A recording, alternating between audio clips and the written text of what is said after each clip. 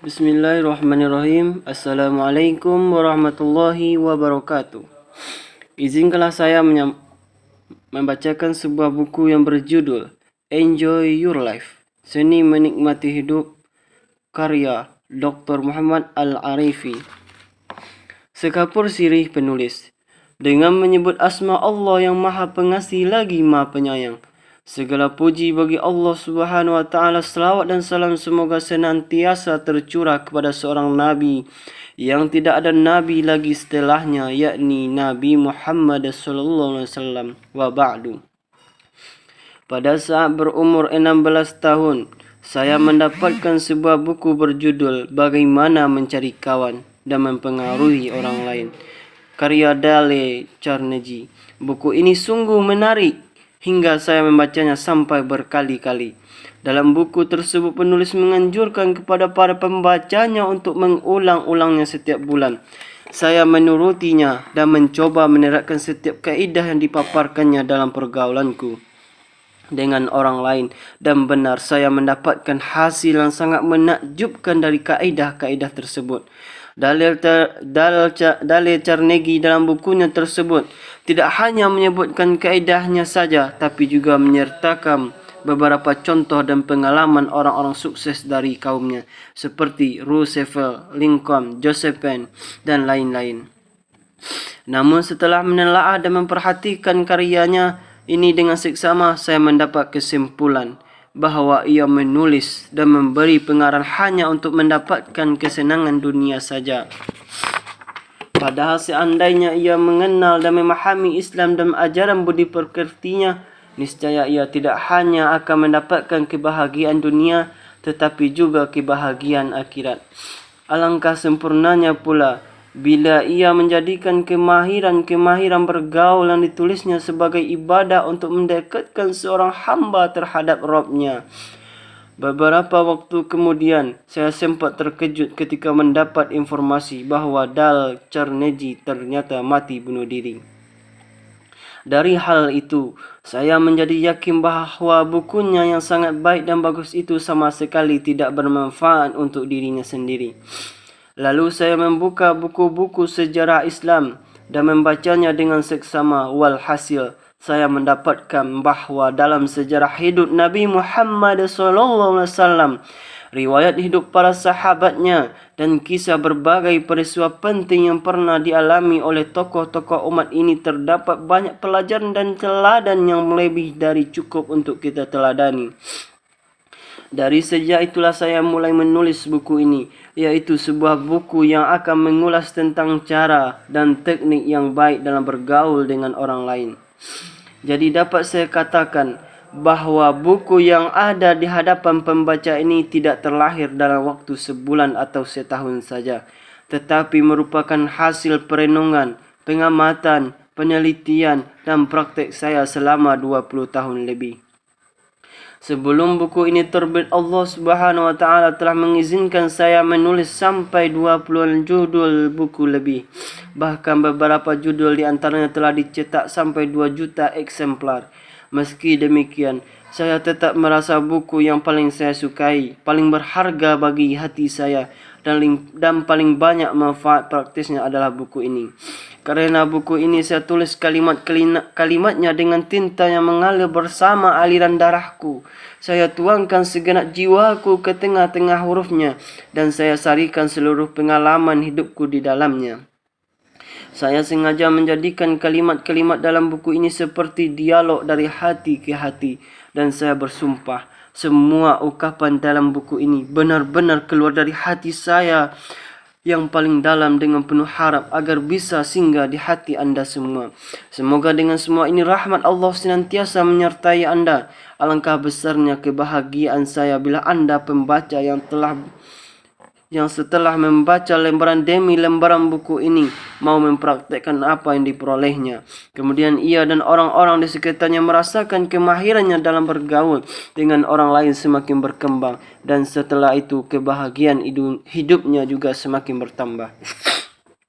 Akan bertambah besar lagi kebahagiaan saya bila ia berkenan menulis sebucuk surat dengan tangan kanannya yang suci untuk mengungkapkan pendapat dan kesannya tentang buku ini dengan jujur dan terus terang, atau mengirimkan komentar singkat kepada penulis melalui short message service atau SMS. Atas kemurahan hati dan kesediaannya untuk semua itu, sebelumnya saya mengucap terima kasih teriring doa tulus dari hati saya yang paling dalam. Saya memohon kepada Allah agar menjadikan lembaran-lembaran dalam buku ini bermanfaat dan benar-benar ditulis dengan ikhlas demi mengharap keridaannya semata. Amin. Tak lupa saya juga memohon kepada Allah untuk berkenan memberikan balasan sebaik-baiknya kepada rekan-rekan di PT Mobilia yang telah membantu penerbitan buku ini. Ditulis oleh seorang senantiasa mendoakan kebaikan bagi anda semua. Pesan pembuka. Yang terpenting adalah bukan supaya anda membaca buku ini, tetapi bagaimana anda bisa mengambil manfaat darinya. Mereka tidak akan mendapat manfaat dari buku ini. Sebuah pesan singkat tiba-tiba masuk ke handphone saya dan berbunyi seperti ini. Syekh yang terhormat, apa hukumnya bunuh diri itu? Saya lantas cepat-cepat menghubungi sepengirim pesan tersebut. Ternyata yang menjawab adalah seorang pemuda tanggung. Saya berkata kepadanya, maaf, saya belum memahami pertanyaan anda di SMS tadi. Bisakah anda mengulangnya sekali lagi? Bukankah sudah sangat jelas apa hukumnya bunuh diri itu? Jawab pemuda tersebut dengan nada agak kesal. Dia tidak sadar bahawa waktu itu saya hanya ingin mengejutkannya dengan sebuah jawaban yang tidak akan pernah ia duga sama sekali. Lalu sambil tersenyum ringan saya berkata kepadanya, hukumnya adalah dianjurkan. Apa? Teriaknya sambil terkejut penuh keheranan. Tapi saya menjawab kepenasarannya dengan pertanyaan, bagaimana jika kita bekerja sama saja untuk menentukan cara anda bunuh diri? Ujarku kepadanya. Pemuda itu pun terdiam, maka saya berkata kepadanya, baiklah, saya ingin bertanya kepada anda terlebih dahulu. Mengapa anda ingin bunuh diri? Karena saya tidak segera mendapatkan pekerjaan. Bahkan sepertinya orang-orang tidak ada yang menyukai saya. Singkatnya, saya adalah orang-orang yang benar-benar gagal. Jawabnya dengan serius. Namun belum sempat saya menimpali jawabannya itu, ia sudah menyela dengan bercerita panjang lebar tentang kisah kegagalannya dalam mengembangkan diri dan ketidakmampuannya dalam memanfaatkan potensi dan bakat yang dia miliki. Dan seperti inilah kelemahan yang sering dialami oleh kebanyakan orang. Namun mengapa kita tidak harus meremehkan diri kita sendiri seperti itu? Mengapa kita ketika melihat orang-orang yang berada di puncak gunung, kita memandang diri kita tidak akan mampu berada di puncak tersebut seperti mereka? Atau mengapa kita tidak yakin bahwa kita bisa mendaki seperti mereka? Ingat sebuah syair mengatakan, barang siapa takut mendaki gunung, maka ia akan selamanya hidup di dalam lubang. Sekarang, tahukah anda? Siapa yang tidak akan mendapat manfaat apapun dari buku ini dan juga dari buku-buku jenis pengembangan diri lainnya? Dia adalah orang yang malang karena mudah menyerah pada berbagai kelemahan dirinya dan merasa cukup dengan kemampuan-kemampuan dirinya yang terbatas. Lalu berkata, inilah tabiatku dari dulu. Aku sudah terbiasa dengannya dan tidak mungkin mengubahnya. Apalagi orang-orang juga sudah terlanjur mengenal tabiatku seperti ini. Jadi, kalau aku harus mengubah tabiatku menjadi seperti Khalid dalam gaya bicara, atau seperti Ahmad dalam keramahan, ataupun seperti Ziyad yang disukai oleh orang banyak, adalah sesuatu yang mustahil. Suatu hari dalam sebuah pertemuan saya duduk di samping seseorang yang sudah sangat tua. Kalau saya perhatikan, rata-rata orang yang hadir pada pertemuan tersebut adalah orang-orang awam yang sangat terbatas wawasan dan pengetahuannya. Orang tua itu asyik berbincang-bincang dengan orang yang berada di sampingnya tentang suatu hal, dan sepertinya di pertemuan tersebut tidak ada seorang pun yang paling disegani dan hadirin yang lain selain orang tua ini. namun itu pun hanya dikarenakan ia sudah tua saja. Lalu saya berdiri menyampaikan ceramah singkat. Saya menjelaskan salah satu fatwa Syekh Al-Alamah Abdul Aziz bin Baz. Setelah saya selesai berceramah, orang tua tersebut dengan bangga berkata kepadaku, "Dulu aku dan Syekh Ibnu bin Baz itu adalah teman karib.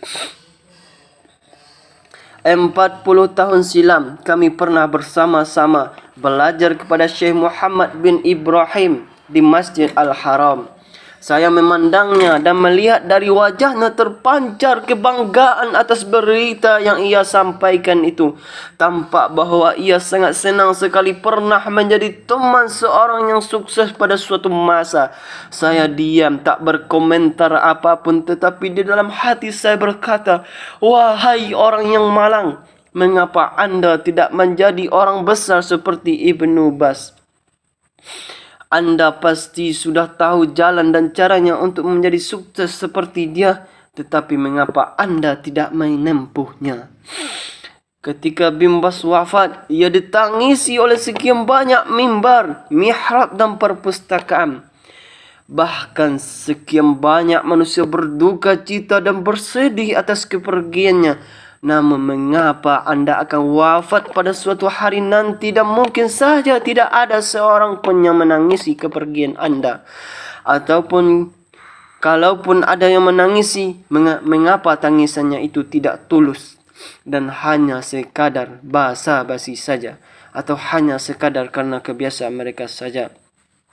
Setiap dari kita entah kapan barangkali pernah berkata dengan bangga, "Aku kenal baik dengan si fulan," atau kami pernah menjadi teman si fulan, atau kami pernah duduk bersama si fulan. Padahal yang layak untuk dibangga-banggakan sebenarnya adalah bukan karena anda pernah menjadi teman orang besar tersebut, pernah bersama dengannya atau pernah bertemu dengannya, tetapi apabila anda bisa mencapai puncak kesuksesan sepertinya. Maka dari itu jadilah anda orang yang sukses. Bertekadlah mulai sekarang untuk memberdayakan seluruh kemampuan dan potensi yang anda yakini bisa bermanfaat untuk keberhasilan anda. Jadilah orang yang sukses. Ubahlah kemuraman wajahmu menjadi senyuman, kesedihan menjadi keceriaan, kekikiran menjadi kedermawanan, dan kemarahan menjadi kasih sayang. Jadikanlah setiap musibah sebagai pangkal kebahagiaan, dan jadikanlah iman sebagai senjatanya. Nikmatilah hidup anda, sesungguhnya masa kehidupan di dunia ini terlalu singkat untuk hanya sekadar bersedih. Adapun tentang bagaimana cara melakukan semua itu, inilah yang akan saya paparkan dalam buku ini. Maka tetaplah bersama saya, insya Allah kita akan bersama-sama sampai pada tujuan. Tetaplah bersama kami.